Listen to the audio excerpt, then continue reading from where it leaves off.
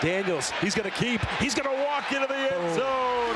Here comes one to the cup. Left-hand layup, good. Kansas is the 2023 WNIT champions. This is the Jayhawker Podcast, presented by the University of Kansas Health System. Welcome back, Jayhawk Nation, to another edition of the Jayhawker Podcast, brought to you by the University of Kansas Health System, Black & Veatch, and the downtown President Hilton Hotel. I am Greg Gurley, along with Wayne Simeon, recapping all things KU. Looking forward to homecoming this weekend here. Later on in the show, we're going to have Dan Martin join us, who is the head of the Kansas El Presidente KU Endowment. Just took over from Dale Seiferling, who was there for 40 years, but Dan's great, and he's going to talk about a very aggressive and ambitious and generous goal of over $2.5 billion with a B dollars for our beloved university. But that'll be great. And I love the name of the campaign, Ever Onward. Of course, use of words from alma mater. Yeah. So it's great. I like it. Very cool. They announced that last Thursday, October 19th, at the KU Alumni Association at the Welcome Center. So it was a big announcement. We knew it was coming. We're already 5 years in the making of this, with another 5 to go to get to that ultimate goal. Is how these really big campaigns work. It's a 10-year effort, but with your help and my help and host of others. All hands on deck. All hands on deck. Obviously a bye week last week. What'd you do with your bye week? You know, usually we're bopping around sidelines, suites, working, hill, doing all that. What'd you do with your bye week? It was nice. Every year, Amy and I like to get away for 3 or 4 days. Chicago or New York. This year we went to New York, stayed in Chelsea, and slept in, ate, day drink, eat again, sleep some more, shop. It was awesome. Nice. As I told you before the show, I was like, I enjoy New York. We have our spots that we like to go. Don't think I could live there. I don't know. Could you? Right on. Nope. Don't even really like to visit. But yeah. It's just I like a garage, and I like getting out of my car and walking into my. It's like, I don't know, convenience, I guess. I don't know. There's no real, like, everywhere you go, you don't really see like a grocery store. It's always just, I don't know. I'd go broke and be really fat because there's just great restaurants that are not cheap. You know, I'll have another $28 Manhattan at 4 o'clock. Is this the same stuff that's in it in Leawood and Lawrence? Yep. But it's $28 here, and you're like, okay.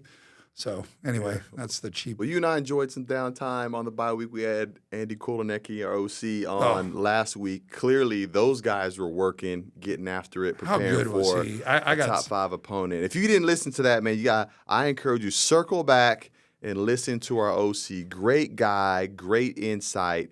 He'll be even more fun and exciting to cheer for. You get a chance to hear his story and to see his personality a little bit. I don't know about you, but I got a ton of response from my friends and family that watched it, and they go, man, that guy, I really enjoyed that guy. He was personable and interesting, insightful, and he was honest.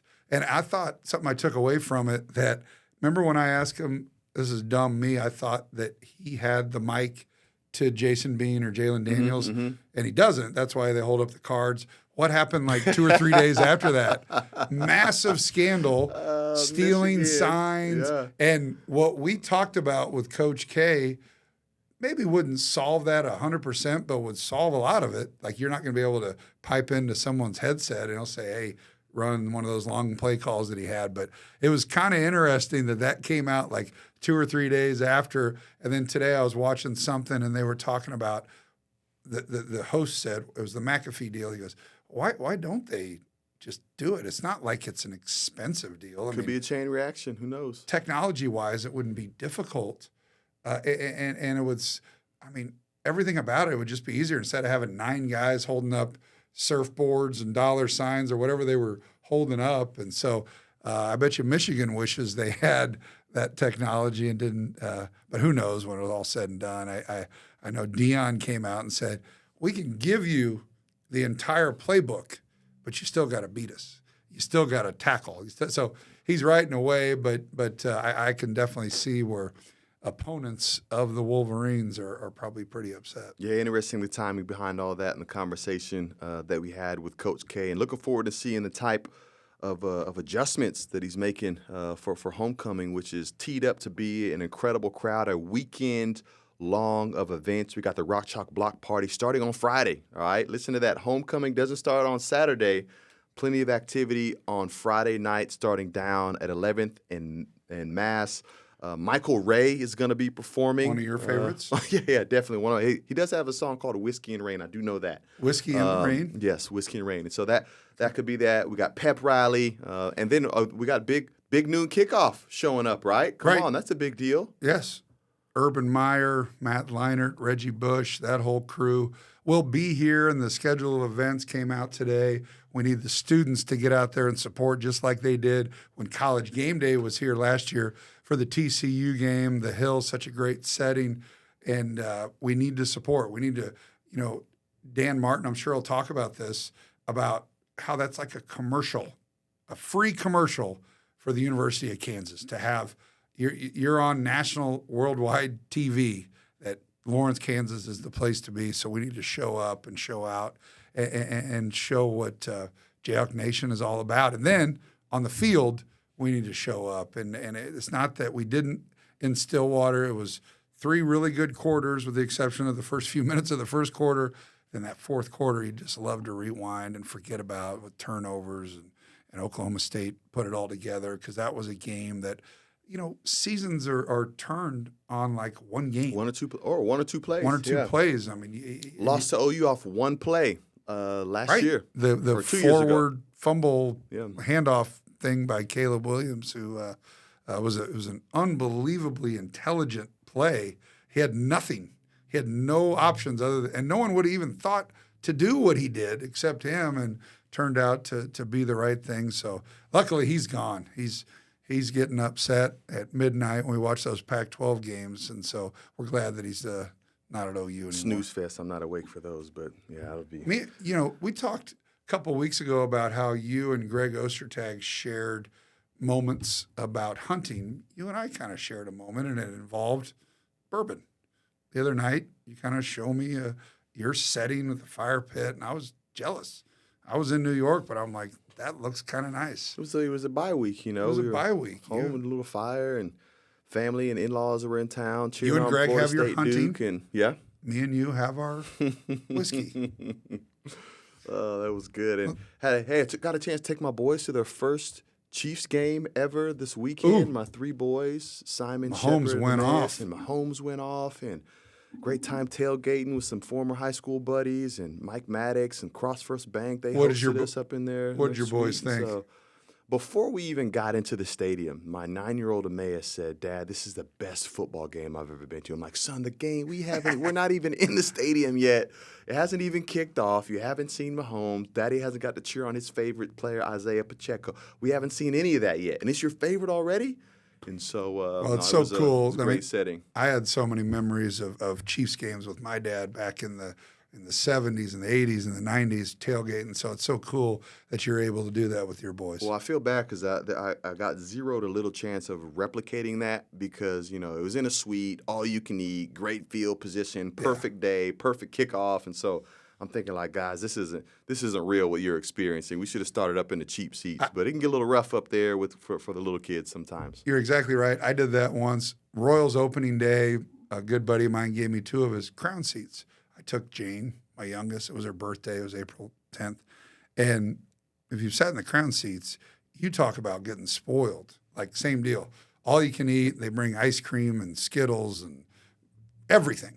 And we leave there, and I don't even remember if we won or not. It didn't matter to her. She didn't even watch the game. She just had sugar for 4 hours and thought it was the coolest thing ever. And I'm like, don't get used to this because this is kind of a one-off. Yeah, not real.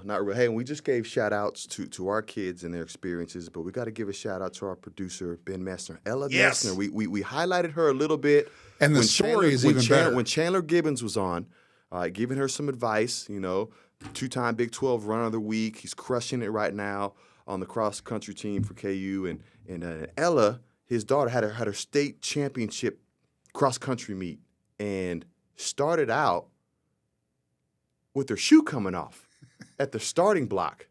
And so I don't know what I would have done. I might have just tapped out. But not only did she continue in the race, You're kind of soft, though. but she won the race, a cross-country race, over 2 miles with one shoe. Like, unbelievable. He showed video of it, and you could tell she was favoring a little bit, but she won by a pretty big margin with a sock. Man, and he said she's got a blister or two, but she's tougher. It's worth it. It's worth a first-place medal. I think I would have turned around and gone to get my shoe and got 9th. Well, you mentioned it. Good thing she's got a mom that's tough and athletic. Yeah. Otherwise, she wouldn't have made it there with. But congratulations, Ella, for the big-time state championship win, and hopefully she'll keep progressing through high school, and maybe, just maybe, we'll see her in the crimson and blue. That's right. You mentioned Chandler Gibbons. We got him across the state line, which was a tough one. Yeah, but from enemy territory, Columbia, Missouri. Kansas volleyball, Fort Worth, Texas last week. Sweep. They're rolling. Rolling. Brought the broom to OU, brought the broom to TCU, and so Ray Bouchard he and that team keep moving up the ranks. Moving up the rankings. They've still got a lot of work left to do as their schedule is shaping up to be a little bit tougher in the back half, but they've got some great momentum, not only to keep climbing in the Big 12, but again to potentially host an NCAA tournament. The last 2 years, my daughters and I have actually gone on the road to be able to watch them play at Creighton, at Nebraska. How cool would it be to host NCAA tournament in Horace Arena? Well, it's kind of why we built it. You know, it was one thing that, with the Kansas volleyball has always been really good, but they've just been getting better and better and build the new arena because we couldn't host the way it was set up when that was built in 1997. It was kind of a multi-purpose deal with kind of a practice facility for basketball before our newest practice facility was built. All we had back in the day was Allen Fieldhouse, and that was men and the women and volleyball all kind of shared one court that also isn't air conditioned either. So having the old horse be replaced by the new horse, and then the ability to host an NCAA tournament match will be huge for Ray, and just the comfort of being at home. Instead of having to get on a bird and go to wherever, it's a really nice, it's a big time venue to have. They're attached to Allen Fieldhouse. Basketball, media day last week. It's just last week when we did our pod, it was the day they announced that Kansas was the preseason number 1. Wasn't a real big shock to us because it's kind of old hat. We've been that before. We get it. I think a lot of programs would probably hang a banner and have a parade if they were preseason number 1. We're kind of like, all right, well, let's hopefully we can live up to it. It's an honor, whatever. Not that big a deal. It's better than being unranked, I guess. But. Yeah, and I don't even know if they have this, but a consensus, unanimous preseason number 1. It's interesting. Sometimes it's been argued, hey, who's number 1? Is it KU, Duke, Kentucky? And there's kind of some. It seems like this go around, like there's a consensus of, hey, Kansas is the best team on paper in the country, despite a loaded schedule. But Andy Katz and Dennis Dodd and the like, all the pundits, all those folks are saying, hey, legitimately top to bottom, Kansas is the preseason number 1 team, and even as excited as we are about Hunter, it doesn't start with him. It starts with the man at the top. When you got Bill Self, who's one of one, second to none, in the front of that bench, and he's going to give you a shot. And he's kind of itching right now because he hasn't really coached a game since Austin, Texas. If you think about it, it's a long time ago. A long time ago. That was that in February or at least early March, and so with an outcome, no one was happy. No. So but something came out of Big 12 Media Day that I took, and it's a pet peeve of mine. I think a lot of people, and I'm sure it is with you too, is Curtis Shaw, the head of officials, came out and said they're going to change the way the block charge is called. Supposedly, we've heard this before, and Curtis said he went back and looked at 100 charges that were called charges, and he rewatched them and he said, with the way they're going to look at it now, 96 of those 100 would have been blocks. Meaning teams with better athletes, teams that drive the ball more, like a Kansas or whatever, it's going to be an advantage to us. Bill's not a teacher of taking charges, even though DeJuan and Kevin and Mitch in the past, Mark and Garrett, kind of done that on their own. Some coaches teach taking charges. Roy Williams was one where that was an emphasis for us. A drill. We had that was time like set aside in practice. Greg, go stand there and let rain run over you. And you're like, I don't want to do that. I trust that he will. But no, Bill's not a big teaching of or scheming to take charges, which I think is going to be a benefit because, we've seen us lose games before where we always want to get downhill. You hear us talk about it all the time, get downhill, get downhill. And when you get downhill, that means you're going towards the basket and you're penetrating to finish or to pitch or shoot a floater. And now they're going to enforce that if you're plant foot and you're about to leave the ground, that the defender has to be set at that point. I see it so many times where guys just run underneath the guy that's already airborne, and it's the demonstrative call for these officials to make. Well, I mean, it's such a fast bang play. True. The new rule, you're going to watch their feet. You're going to watch the defender's feet and the offensive player's feet at the exact same time in order to be able to to make. So, but that's the interesting part. That's what you're supposed to do. Like, yeah, it's so tough to officiate. I'm not certain that they. It kind of sounds like you're defending them. No, I'm not defending it. I'm skeptical that they're going to be able to enforce it and officiate it nearly as the way that they're talking about. Like with most rule changes, right? And the hard thing with the rule changes is you see a ton of it in early November, December, and then it kind of fades away into irrelevance once you get into conference play and then the NCAA tournament. And we'll get into that more during the year, but you're exactly right. November and December, they call hand checks and freedom of movement and charge, block, all that stuff. And then you get into league play and they call less and less and less of it. And then you go to the tournament and the same guys that were officiating your games, the Big 12 guys, aren't necessarily who you get in the NCAA tournament. So you have to, in one game, in 10 minutes, you got to decide how this game's going to be officiated because you might have a Pac-12 guy, a Big East guy, and an ACC guy. And there's no, cohesion at all. It's kind of a weird way, the way our sport does it, because in football, the same crews do games together. So the line judge, the back judge, they all know what the other's going to do before they do it.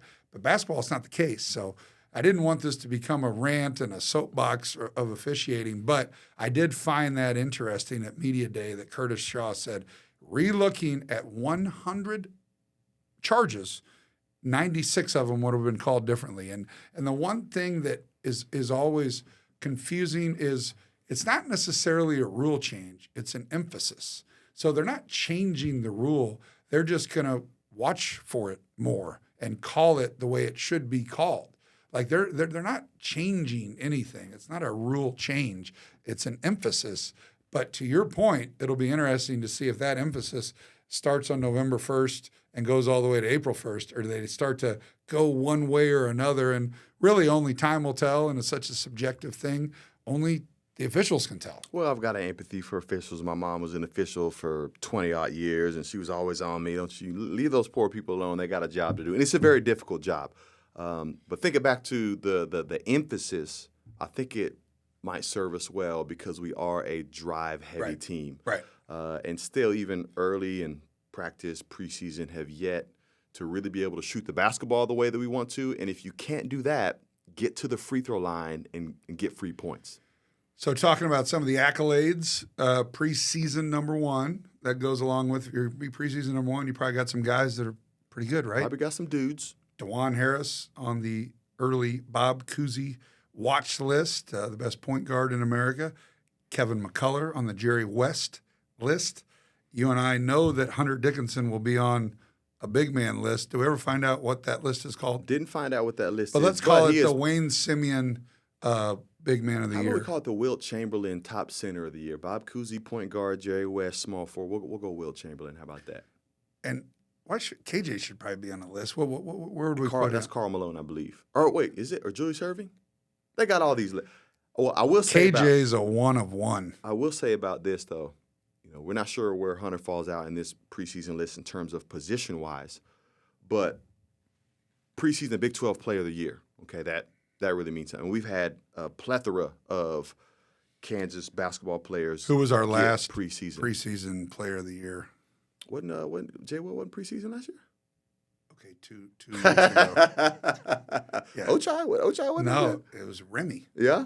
Remember that? Oh, wow. I forgot about that. Yeah. But then Ochai ended up getting ended up winning it. Then Jalen. We could have back to back, and hopefully that happens. Yeah, it does. But I really love and appreciate Coach Self's mentality towards this, and that, because initially you maybe want to put pressure on yourself and you maybe want to try to force the issue in terms of, offensive production or whatever the case might be.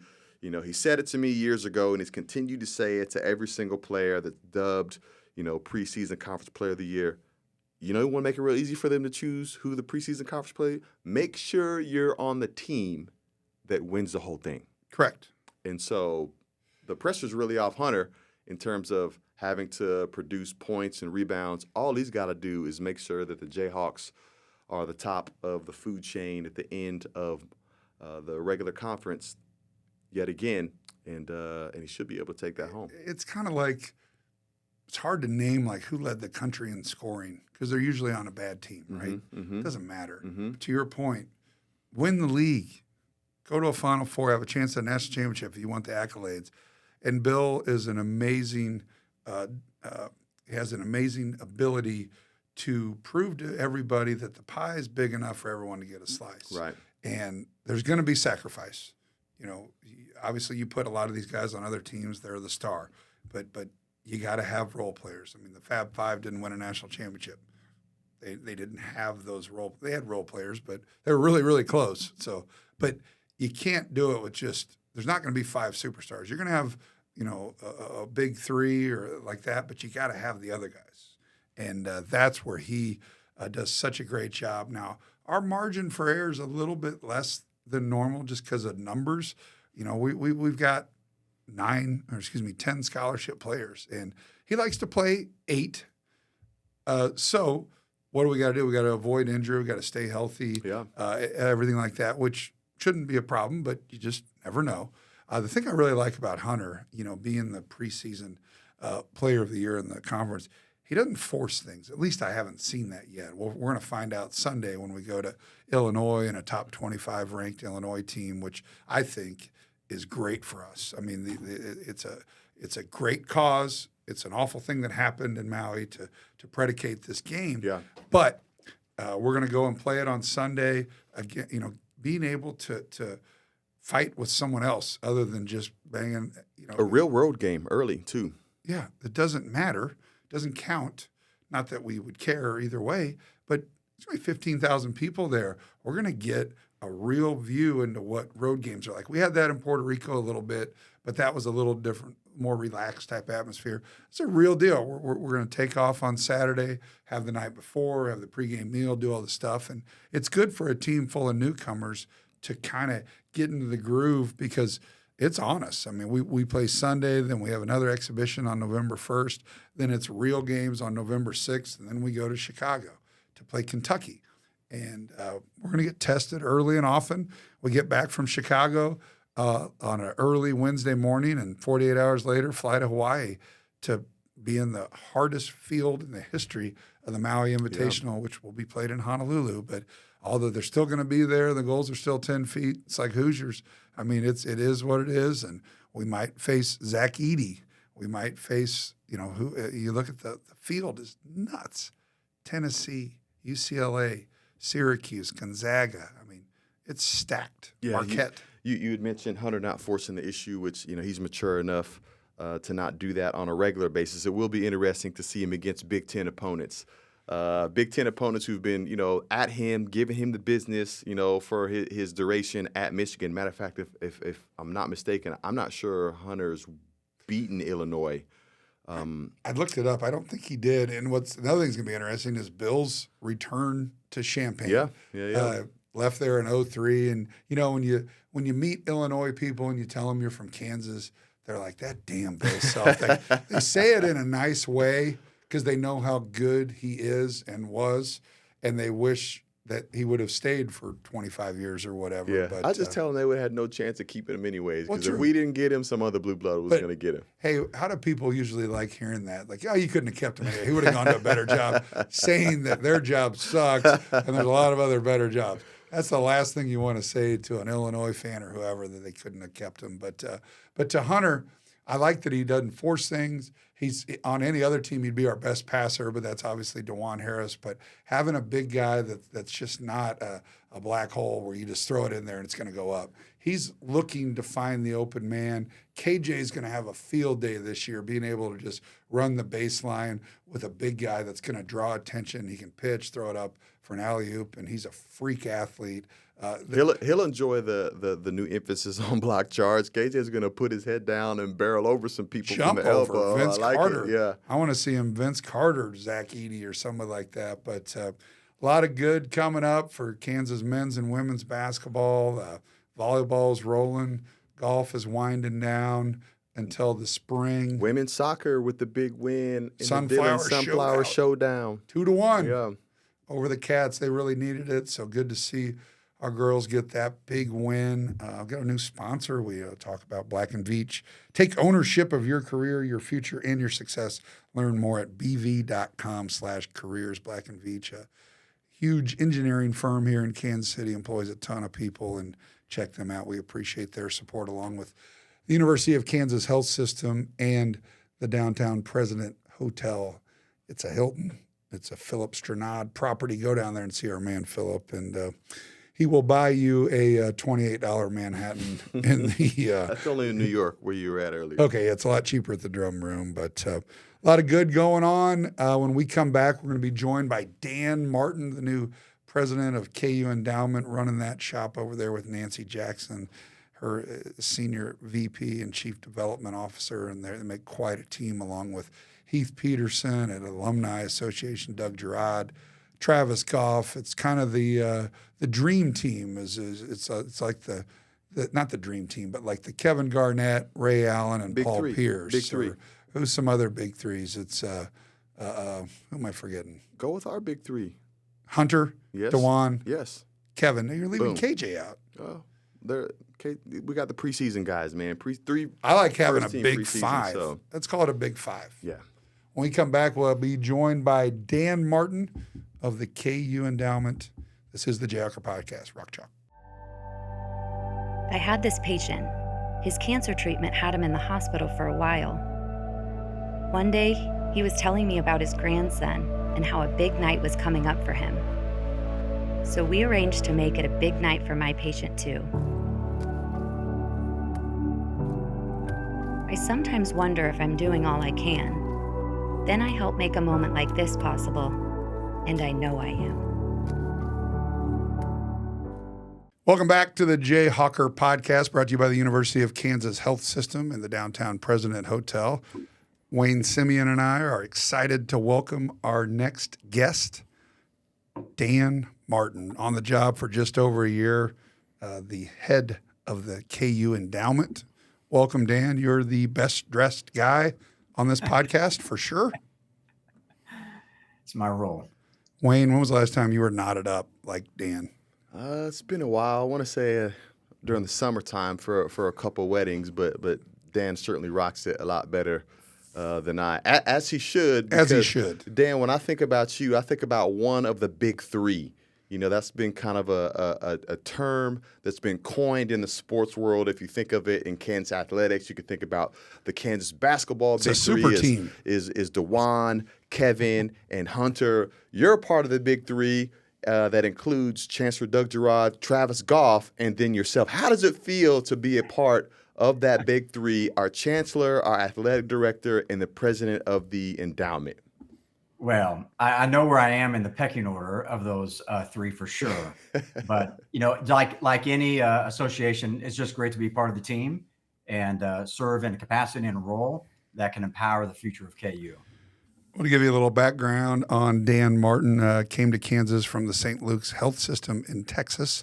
Now the president of KU Endowment, and once he got the job, he brought in another really, really valuable person in Nancy Jackson, the senior VP and chief development officer of KU Endowment. And you guys are got a big time goal. We all do. It's not you guys. It's Wayne. It's me. It's you. It's everybody. And it was announced last Thursday, the 19th, and called the Ever Onward campaign, a $2.5 billion fundraising campaign. So kind of talk a little bit about how something like that works, the timing of it, the amounts, and what all does that encompass? Sure. It's a comprehensive campaign. So it's across the university, not only here in Lawrence, but also as you think about the medical school in Kansas City and Salina and Wichita. It also encompasses our partners at University of Kansas Health System as well. So it's all components of the broader University of Kansas coming together really to do what our mission says is to build a greater KU. So as we think about the projects that we have, the priorities, the goals, and certainly there's two that are front and center. One is the Gateway Project that you mentioned, and then certainly the other is building a new KU Cancer Center in Kansas City. Those two projects are leading the way. And as we think about this work over the next 5 years, currently we're just under 1.5 billion of that $2.5 billion mark. So we have just a little over $1 billion left to raise in the next 5 years for these projects, as well as a host of projects across the university in the various schools, discipline centers across the university in setting and establishing priorities that will advance their particular units. That's the sign of a great fundraiser. Did you catch one word in there? That's it. Just $1 billion left. He said just $1 billion. Like it was no big deal. He goes, all we have left is just $1 billion. Hey, when you're part of the Jayhawk family and the faithful, we've seen evidence of their support to date for sure. This is the 5th campaign in our history. It will be the largest, but I'm confident in our Jayhawk partners, the faithful coming together to support the university in these days. And you mentioned it, the big project that obviously Wayne and I are deeply involved in is the Gateway Project. It's mid-October right now. By December, it's going to look completely different. It already looks different with the construction trailers and the grading of some of the parking lots just to get ready for all the heavy machinery. So we know how important this is to the entire campus. We know that Chancellor Girod is pro-athletics. He understands how important this Gateway Project is to the greater good of the entire university. Yeah, it's really a project that is really a partner not only with this community, with the broader region, but also with the state of Kansas. They've made a significant investment in this project for the economic development that it will enhance and extend throughout this region. So they've participated in a significant way from the state level with $35 million from ARPA funds, $50 million then in a challenge that we then match 3-to-1. So there's a significant investment beyond certainly supporting our Jayhawk football program and pursuing the level of excellence that we seek from that program and providing the facilities that they need. But it's really going to be a space that's activated throughout the year and throughout the week beyond just football Saturdays or Fridays as they have been this year. So it's really an exciting project that really will benefit the entire university community and the broader region. Well, an exciting project that is off to an exciting start is you guys are already well to your way of that multi-billion-dollar goal. And see, you've thrown some phrases out, billions, millions, and when the casual Jayhawk fan or the average alumni hears those things, maybe their mind automatically goes to, well, that is for a specific type of person who has those type of means to get involved, and I'm just going to sit back for the ride and maybe watch or maybe sit this one out. How is it that all Jayhawks can get involved, no matter what their current resources might look like? That's a great question, Wayne. It really is. Campaigns are an opportunity for all Jayhawks to voice their support.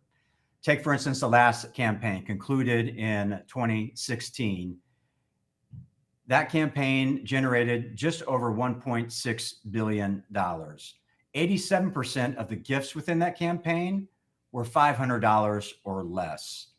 In terms of participation, of the 132,000 individuals that participated in that campaign, over half of them were alumni, and 28% of all alumni participated. So this is really an opportunity to support projects, certainly at a large scale, like what we've been talking about, but there's a variety of projects and priorities across the university where $500 will make a difference for that particular school, that unit, that program, or that effort associated with the school or unit or a particular direction across the university. So there is an avenue for everyone to participate, and we want to hear from our Jayhawk family in terms of voicing their support to maintain the momentum that we have at the university and really invest in the future of KU. Well, the future of KU is so bright that we just announced our largest freshman class ever.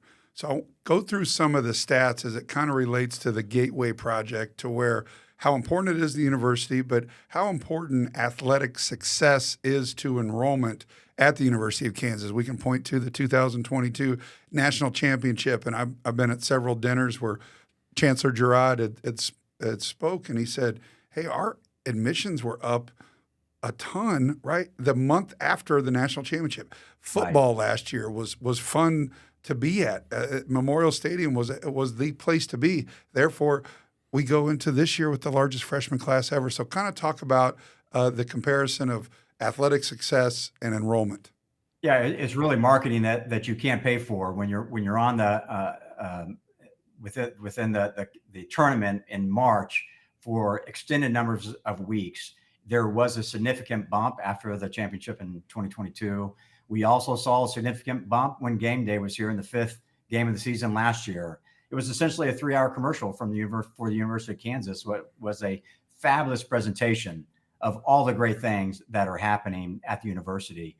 So from those opportunities where we have to tell the KU story so that others who may not have considered us in the past see an opportunity here where they can find their future here. And that's really what the Gateway Project is about, as we think about that quadrant of the campus, inviting prospective Jayhawks to come onto campus. We have about 500,000 visitors a year. Many of them then will connect with the new Jayhawk Welcome Center, where they are introduced into this Jayhawk experience and how this experience, this education, can prepare them for where they want to head in life. So these moments where we have the opportunity to experience all the joys of athletics and root on our teams provides an avenue and a window of accessibility for those who may not have considered the University of Kansas prior. We got another commercial this week in the big noon kickoff, not College Game Day, but Fox is coming, and the schedule, the timeline of events came out, and people need to be encouraged to get to the Hill at 6 a.m., get your spot. You'll have, Matt Leinart, Reggie Bush, Urban Meyer, and so people want to be a part of one of the greatest settings in all of college football, which is the Hill, and that's why the Gateway. People have asked, like, well, why don't you move it? Why don't you go here or there or go to West? No, you cannot move Memorial Stadium. It is in the perfect location. Yeah, it has a great history there, and actually is tied to the founding of KU Endowment. Our initial association was founded really to support KU football with McCook Field prior to Memorial Stadium being built. I love that natural integration between endowment and athletics. As many people probably don't consider or know that we work hand in hand every single day, not just flying under the same university name or university logo, but each and every day, the Endowment Association and athletics and the Alumni Association are all working together to better and to strengthen KU. And as you think about, Greg talked about the success helping with enrollment.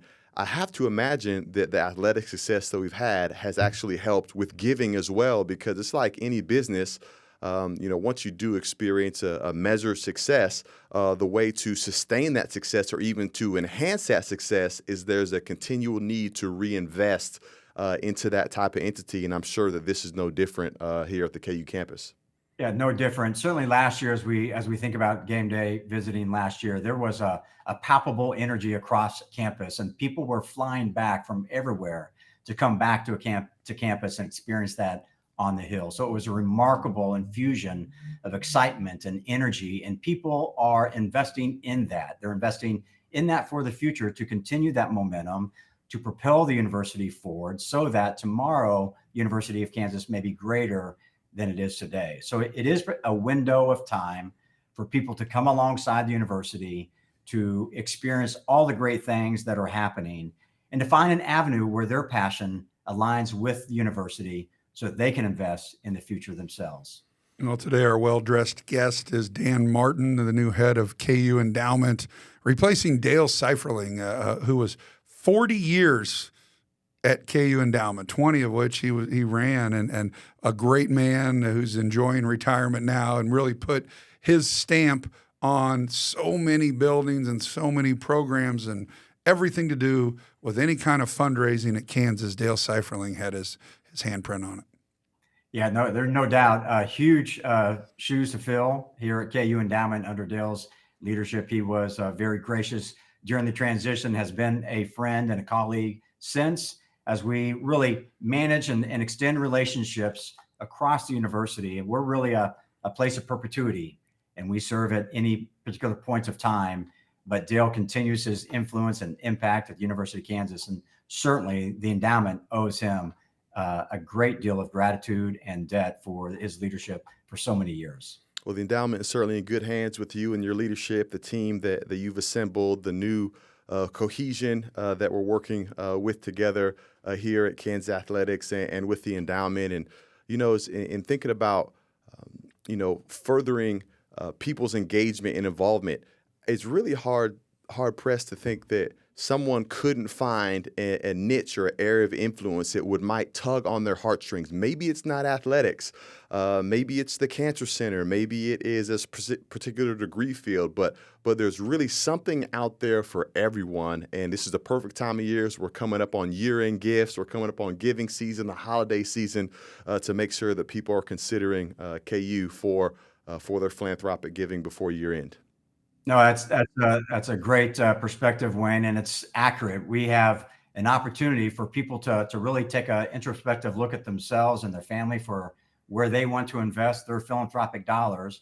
And whatever they're concerned about in this world, KU is likely already working in that space. And there's aspects at the university that they can get behind or that they can support, whether it's the student experience, whether it's in research, as you said, whether it's with a health system, whether it's with patient care, whether it's with research with the Cancer Center, whether it's with athletics for sure. There's opportunities that align with their particular areas of interest. And we'd love to engage in that conversation with individuals here at the endowment to provide them an opportunity to participate at whatever level in which they are willing to contribute to invest in this future. We're excited to partner with our Jayhawk faithful and family. Well, we talked a lot about the timing is so good right now. And the Alumni Association, the new Welcome Center, is great timing. Within the last year it opened, and the more you go up there and the more you explore around the Welcome Center, such an interactive opportunity for families from all over the world to come and kind of get a gauge of Lawrence and the campus community. And so talk a little bit about the Welcome Center right up the hill from football, right there across from the Union. It's beautiful. They integrated it so nicely with the old traditional kind of brick Alumni Center that we all grew up on, with more of a modern look of the new thing. But they combined them like you don't even really see the difference or the division. So it's a great building and a big time tool for us in athletics, and obviously for you in endowment as well. Yeah, no, it's huge. It's a partnership, as Wayne identified, that we have partnerships across the university, certainly with athletics and with alumni as well. Those that building was created through philanthropic dollars, so it's been a wonderful space where alumni is also partnering with the university on the admissions side. So every prospective student goes into that space, and as you said, Greg, it has some wonderful technological tools that enable a student and their family to understand the Jayhawk story, the history of the University of Kansas, so they can see what's come before them, where we are now, the momentum that we have, and to find their place and their future here at the University of Kansas. So it's been a tremendous partnership, not only providing event space for a number of things across the university. We held the kickoff there just last Thursday night. So it's a tremendous space that offers a lot for the university, but certainly for that educational experience and for that prospective student and their family. It's been a tremendous tool to welcome people into what this Jayhawk experience has to offer them. You know, one thing that goes overlooked oftentimes is when people think about the University of Kansas geographically, obviously, number one, they think about Lawrence. Number 2, you probably think about Kansas City with the Med Center or Edwards campus, our strong alumni base there. But we have some statewide influences. We have campuses in Salina, in Wichita. Why don't you talk a little bit about those campuses and some needs that they have there and the growth potential that is there in those areas outside of Lawrence and Kansas City?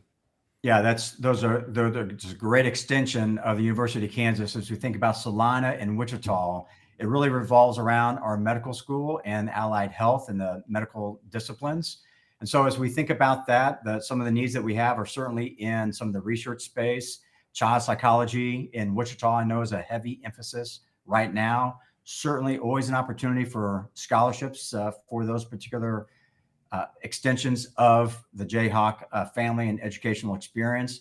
But we're in some exciting days in Wichita with our medical school, partnering with Wichita State, building a new biomedical facility, also partnering with Wichita Tech, really in partnership with the state of Kansas as they invest in that facility for that community and for our program. So not only are we sensing momentum here, but certainly in Kansas City and Edwards campus or in Overland Park, but then also in Wichita and Salina, as you note. Well, before we let you go, this is an athletic podcast, so I want to get your take on this weekend playing a top 5 opponent. Oklahoma Sooners come into town. Last time they were here, we had them. And Caleb Williams, remember, he made that unbelievable kind of forward handoff as he was being tackled. Yeah. So I want Dan Martin's pick this weekend about how Kansas is going to shock the college football world. Well, hey, for us, it won't be a shock, but I do predict a victory from our Jayhawk football team. It's going to be a great game. Obviously, Oklahoma struggled a little bit last week against UCF, of which we dominated a few weeks ago. So I'm confident heading in, especially after this week where we had a little bit of time to get some rest, heal a little bit with some bumps and bruises. Yep. So I'm looking forward to a great match for sure. Hey, that's a real insight right there. I like that. We might not have to talk about football the rest of the segment. He's so well-rounded. Yeah. Isn't he? Comprehensive was the word that he used. Okay. We're having a comprehensive show I'm here. more well-rounded. Okay, that's fair. Very comprehensive. But, hey, Dan, I appreciate your time and the insight. We'll get what's a good website for people to go to that want to give back that's watching this podcast? KUEverOnward.org, www.KUEverOnward.org. So we'll get that up. Ben will get that in the little foot there at the bottom, and click on that.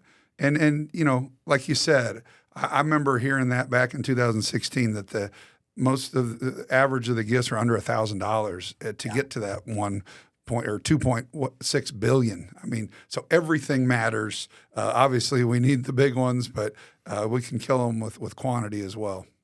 Yeah, great. Thanks so much for your time. Appreciate your time, Dan. Rock Chalk. We'll see you on Saturday for the big noon kickoff. There you go. Or big 11 kickoff. It doesn't rhyme as well when you talk about Central Time, but it's the big noon kickoff.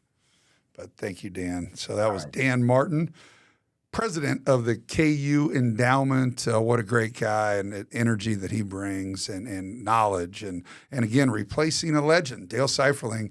You know, we know that name, but a lot of people don't necessarily know the. And what's that saying? You never want to be the guy that has to replace the guy. That's a tough task.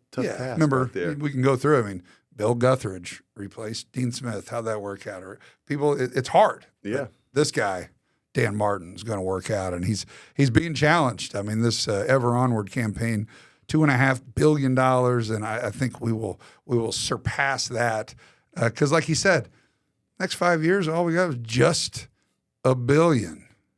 Just $1 billion. We can get there. Get there. So this weekend, Oklahoma, 11 a.m. kick. Get out there early, pack the booth. We say it every week. Oklahoma's vulnerable. We're mad. We're pissed off. The last time we played an Oklahoma team, we truly felt like we should have won, and you know had the lead, had the ball, then a turnover, and it just snowballed on us. But they've had 2 weeks to think about it, 2 weeks to prepare. Don't want to do a whole lot of scoreboard watching, but as you watched Oklahoma play last week at home against who? Central Florida. We pretty much blew the doors off Central Florida. ran it down their throat, 400 yards rushing. And, fast start. And got off to a fast start. You hate to compare like opponents because there's always, there's injuries, there's different situations you don't know. But if you look at it that way, we were at home, we played UCF, beat them by 30. Oklahoma won by 2. That's a little thing, and I guarantee if Lance Leipold's watching this, which I know he isn't, he would be like, shut up, Greg. I don't want my guys to even think about it. But as a fan, I think I like this. I like the fact that Oklahoma's probably coming in here thinking, oh, it's same old Kansas. It's not same old Kansas. I like the fact that it's on homecoming. The atmosphere is going to be juiced, a ton of folks coming back. And, historically, you kind of see across the league, schools like to pick maybe the cupcake on their homecoming schedule. Sadly, we've been that, over the years, which is no longer the case now. And to a degree, we kind of did that, or at least I did, after seeing Oklahoma State lose to South Alabama by 26 or whatever it was. I'm like, all right, that's one of our road games? Sweet. Where'd that get me? Check that one. Where'd that give me? So you got to be careful, to your point. But great show today. Dan Martin was awesome, and we'll get that on the Jayhawker podcast here on the video version. And switch over to the Big Ten Network on Sunday. Yeah, just so all Jayhawk Nation understands, this game, it's going to piss a lot of people off that they're not going to be able to get it unless they have the Big Ten Network. That's where it will be televised. So find your favorite watering hole that has it. I know YouTube TV has it. I'm not sure what other systems has it. But if you want to watch it, be resourceful. Yeah, see our boys. But if you want somebody to paint a glorious picture of the action that's going on, do it like they did in the old days. Sit in your family room, turn the radio on, and listen to. Who will they hear? Whose voice will they hear? Brian Haney and another guy. The Greg Gurley. There you go, buddy. Jayhawker Podcast brought to you by the University of Kansas Health System, Black & Veatch, and the Downtown President Hilton Hotel at Phillips Trenard. Stay and play packages, get down there, concerts, Big 12 tournament, Wichita State, anything and everything downtown. You want to be close to the action, power and light. Go see my man Philip and have a drink at the drum room. He'll buy. Jayhawker Podcast, Wayne Simeon, Greg Gurley, Rock Chalk.